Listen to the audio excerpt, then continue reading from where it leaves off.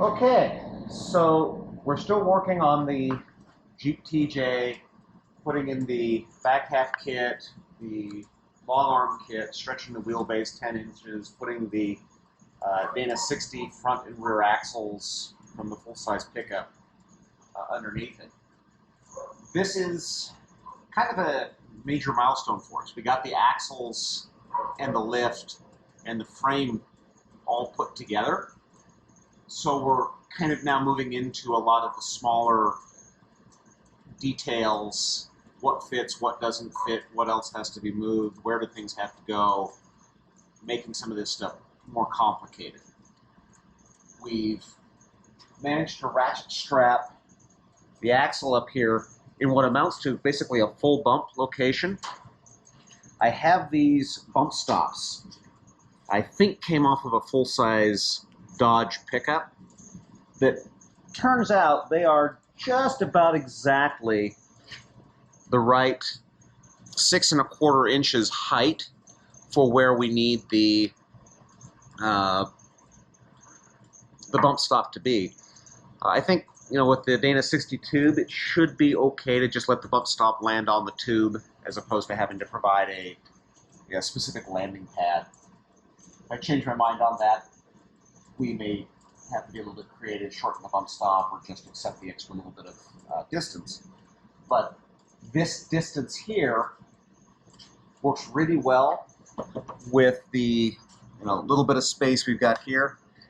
I did demonstrate that I can push the axle all the way up to the point where these bolts will make contact with the body of the Jeep to not be a happy thing driving down the road.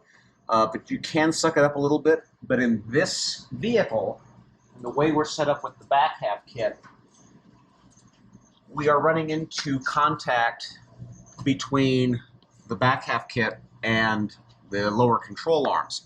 I did clearance a little bit, but I don't want to remove too much because I'm starting to cut into where these welds are tied in, and I don't want to weaken the welds. I think with a traditional TJ frame, you'd be just a little bit wider and wouldn't have this problem. However, this is kind of where we're at. We're going with bigger tires. It's going to be kind of a unique deal there. Starting to think about brake lines, and this is the brake line from the factory hard line here. I think what I'm going to want to do with this is insert a flex line and bring flex line over this joint, and then run a hard line down the control arm, and then another flex line here at the end, and bring that down to the T-block. Either that or find a single flex line that is long enough to get all the way from the T-block up and all the way back to the junction on the frame. It's a very long flex line to get in place. That's on the back end. Now, also starting to think about exhaust. And what are we going to do with the exhaust on this thing? So, the factory exhaust comes up alongside the transfer case and then kind of runs out here along the passenger side of the frame, up and over the rear axle, and dumps out. With this arrangement, we've got this control arm that's going to be moving up and down through this space. So coming out here, normally the muffler would sit right where this control arm is at. That's not going to work.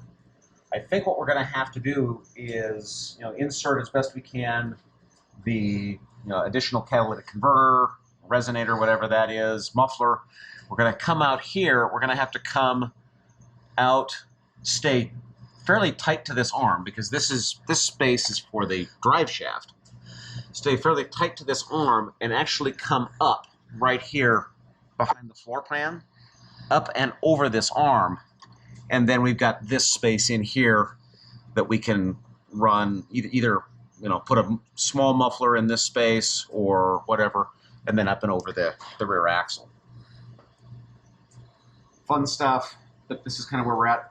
The other thing we've got to do is we need to house a coilover, rear coilover bracket.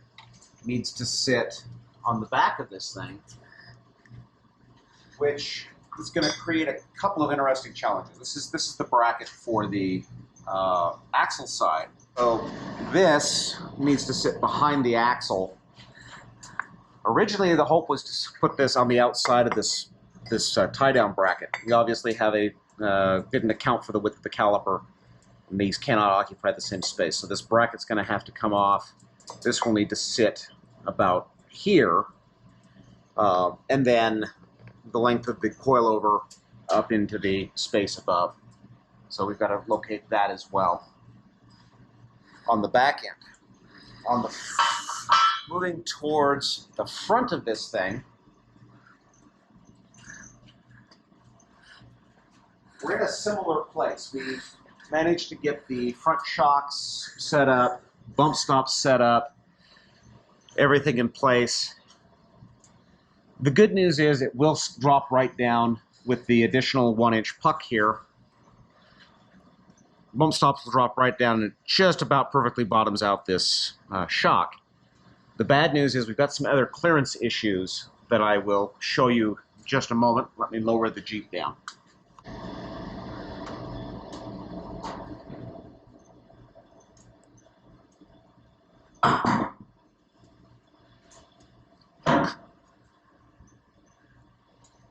So as we come down, you see that we're down. We land on the bump stop.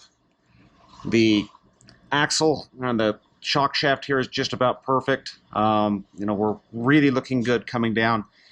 We have a problem here with this track bar bracket. It does technically clear, but I would be very concerned about an axle that moves forward, moves backward, is moving side to side a little bit under the influence of the track bar. But that could become something that makes contact on the trail and is not good.